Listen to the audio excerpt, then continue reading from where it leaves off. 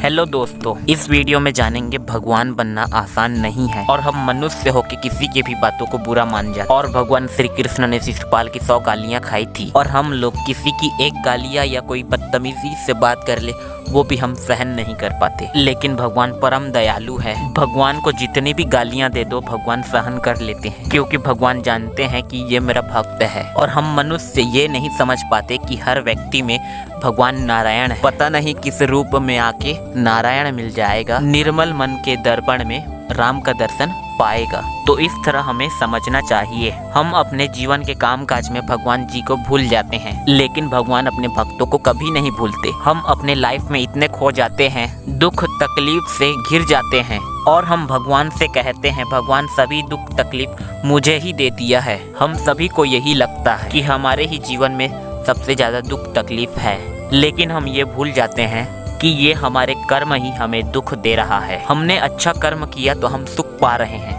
और बुरा कर्म किया तो हम दुख पा रहे हैं। अगर हमने किसी के साथ गलत किया है तो हमारे साथ भी इनडायरेक्टली वो होगा। दोस्तों, भगवान श्री कृष्ण ने शिशुपाल की 100 गालियां खाया था, फिर उसका पाप का घड़ा भर गया तो भगवान कृष्ण ने सुदर्शन चक्र से उसका गला काट दिया। हम लोग दिन के 20 गालियां भी नहीं खा सकते। किसी ने एक शब्द बोला तो आपने 3 शब्द उसे बोल दिए। तो हमारे अंदर सहनशीलता होनी चाहिए, तभी हमारे सारे रिश्ते चलेंगे।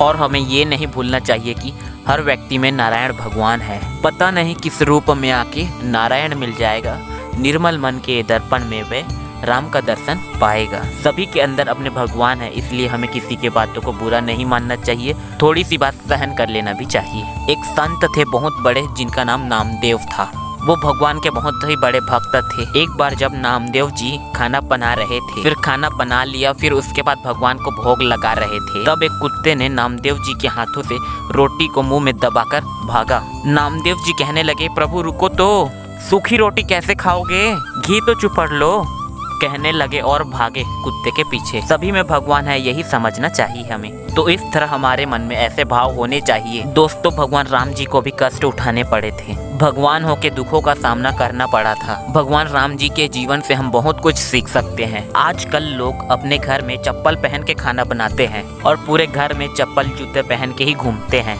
भगवान राम 14 साल तक बिना खड़ाऊ के जंगल में रहे, नंगे पैर, और उनके साथ साथ माता सीता और भाई लक्ष्मण भी रहे। भगवान राम अपने स्वार्थ के लिए कोई कार्य नहीं किया, अपने माता पिता की बात मानी और वन में चले गए। भगवान राम अपने माता पिता को गलत कभी नहीं समझे।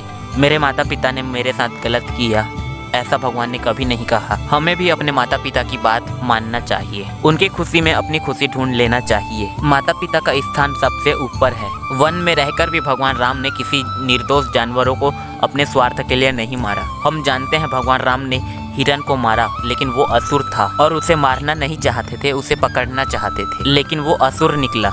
और भगवान राम कंदमूल ही खाते थे, न कि किसी जानवरों का मांस खाते थे और जंगलों के फल खाते थे। और हम लोग जब तक किसी जानवरों का हम नहीं मारते, हमें चैन नहीं पड़ता। दूसरे को तकलीफ देके हम कैसे खुश रह सकते हैं। निर्दोष जानवरों को हम मार के खा जाते हैं। जानवरों को मार के खाना सही नहीं है। भगवान ने हमें 56 तरह के भोग खाने के लिए दिया है, लेकिन हमारा मन मांस खाने में ही लगता है। ये तो यही बात हो गई कि भिखारी को सोने के कटोरा दे दो तब भी वो भीख ही मांगेगा। भगवान ने हमें इतना अच्छा खाना दिया है 56 तरह के, उसे छोड़ के हम गलत चीजें खा रहे हैं। ये हमारा दुर्भाग्य है। दोस्तों, भगवान राम को भी कष्ट भोगना पड़ा था। ये हमारे कर्म ही है, हमें दुख देते हैं। एक उदाहरण से समझते हैं। दोस्तों, भगवान राम ने बाली और सुग्रीव के बीच में जब लड़ाई हुई थी और भगवान राम ने बाली को छुप के मारा था, भगवान का दूसरा जन्म हुआ कृष्ण के रूप में। तब कृष्ण भगवान पेड़ में बैठे थे और बांसुरी बजा रहे थे। तब किसी शिकारी ने भगवान के पैर को लगा तीर, भगवान के पैर को पक्षी समझा और तीर चला दिया। पैर में तीर लगने के कारण भगवान कृष्ण की मृत्यु हो गई। इस तरह हमें कर्म का फल भोगना पड़ता है, वो पिछले जन्म का हो या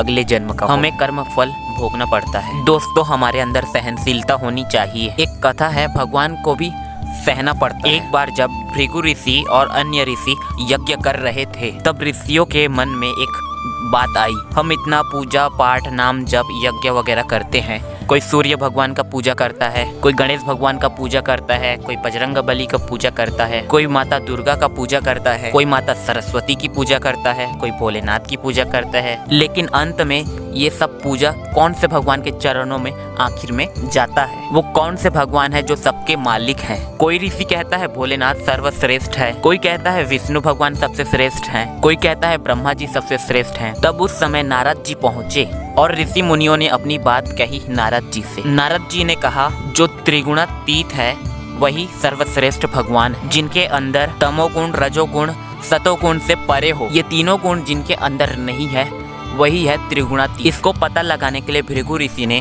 नारद जी से कहा मैं ब्रह्मा विष्णु महेश की परीक्षा लूंगा। और भृगु ऋषि सभी ऋषि मुनियों के कथन अनुसार परीक्षा लेने चले गए। सबसे पहले ब्रह्मा जी के पास गए और ब्रह्म लोक पहुँचे और ब्रह्मा जी के सामने कुछ ऐसा कर दिया जिससे ब्रह्मा जी को क्रोध आ गया। क्रोध रजोगुण का समर्पित है। ब्रह्मा जी रजोगुणी निकले। फिर भोलेनाथ के पास गए। भोलेनाथ और माता पार्वती चौसर खेल रहे थे। उस वक्त भृगु ऋषि पहुँचे और भोलेनाथ के सामने कुछ ऐसा कह दिया जिससे भोलेनाथ को क्रोध आ गया। क्रोध आने से ये पता चला कि ये रजोगुण और तमोगुणी है और भोलेनाथ भी त्रिगुणातीत नहीं। फिर भृगु ऋषि विष्णु भगवान के पास पहुँचे वैकुंठ। वैकुंठ में भगवान निद्रा में थे और भृगु ऋषि ने भगवान को सोता हुआ देख भृगु ऋषि को क्रोध आ गया। भृगु ऋषि ने भगवान के सीने में जाके लात मारी। फिर भगवान योग निद्रा से जागे। भृगु ऋषि से क्षमा मांगी। क्षमा करे, मैं आपको नहीं देखा, मैं निद्रा में था और आपके पैरों को लगा तो नहीं?